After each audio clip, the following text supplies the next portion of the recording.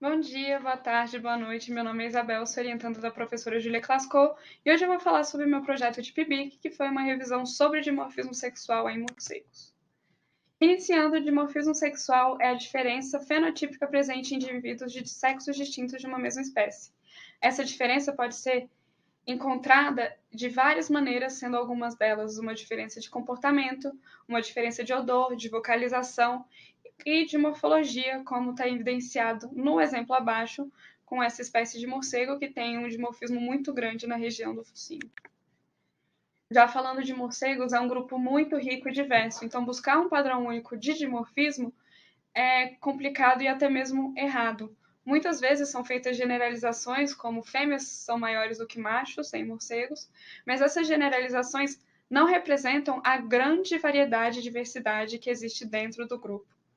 Além disso, novos artigos vêm sendo publicados todos os anos, e esses artigos vêm evidenciando cada vez mais diferentes tipos de dimorfismo no grupo dos morcegos.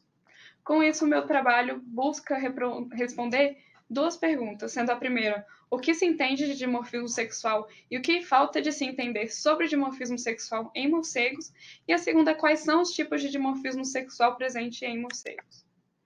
Para isso, eu fiz uma revisão bibliográfica no Google Scholar, pesquisei o nome da família mais sexual dimorphism e num período de busca indefinido. Para as famílias com maior número de espécies, foram feita a busca até a página 5, enquanto para as outras a busca foi feita até a página 3.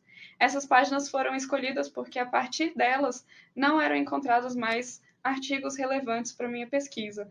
Eram artigos que fugiam ao tema de dimorfismo sexual em morcegos. Com isso, foram encontrados 152 artigos, publicados entre 1973 e 2021, sendo a maioria deles publicada a partir de 2006.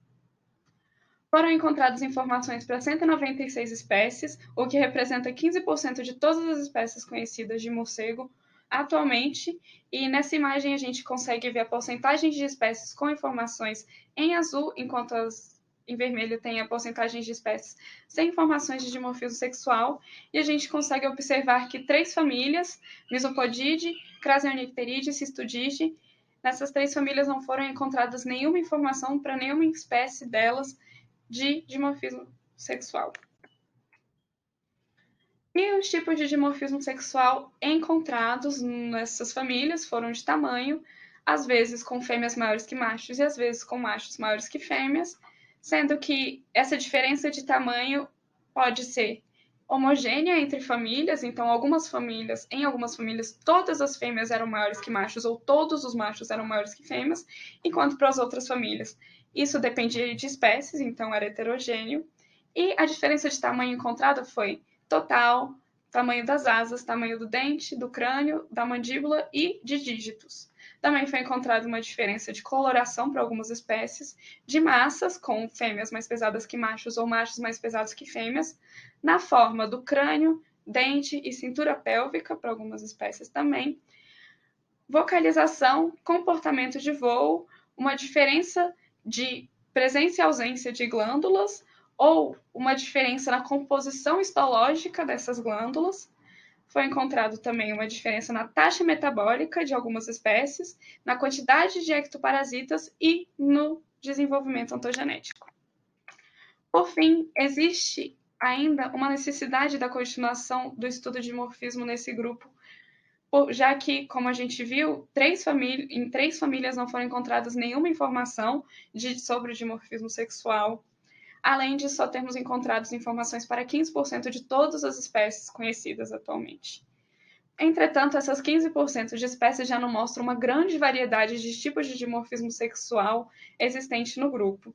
E isso pode abrir portas para novas pesquisas com buscas por padrões. Como eu falei anteriormente, em algumas famílias, todos os dimorfismos de tamanho eram padronizados, então sempre fêmeas maiores que machos ou machos maiores que fêmeas. Então é interessante buscar para saber se existe alguma base filogenética para esses padrões, ou até mesmo uma base ecológica. E com isso eu finalizo minha apresentação. Queria agradecer a todos que estão assistindo e agradecer também ao Laboratório de Anatomia Comparada, ao CNPq e à UNB. Muito obrigada.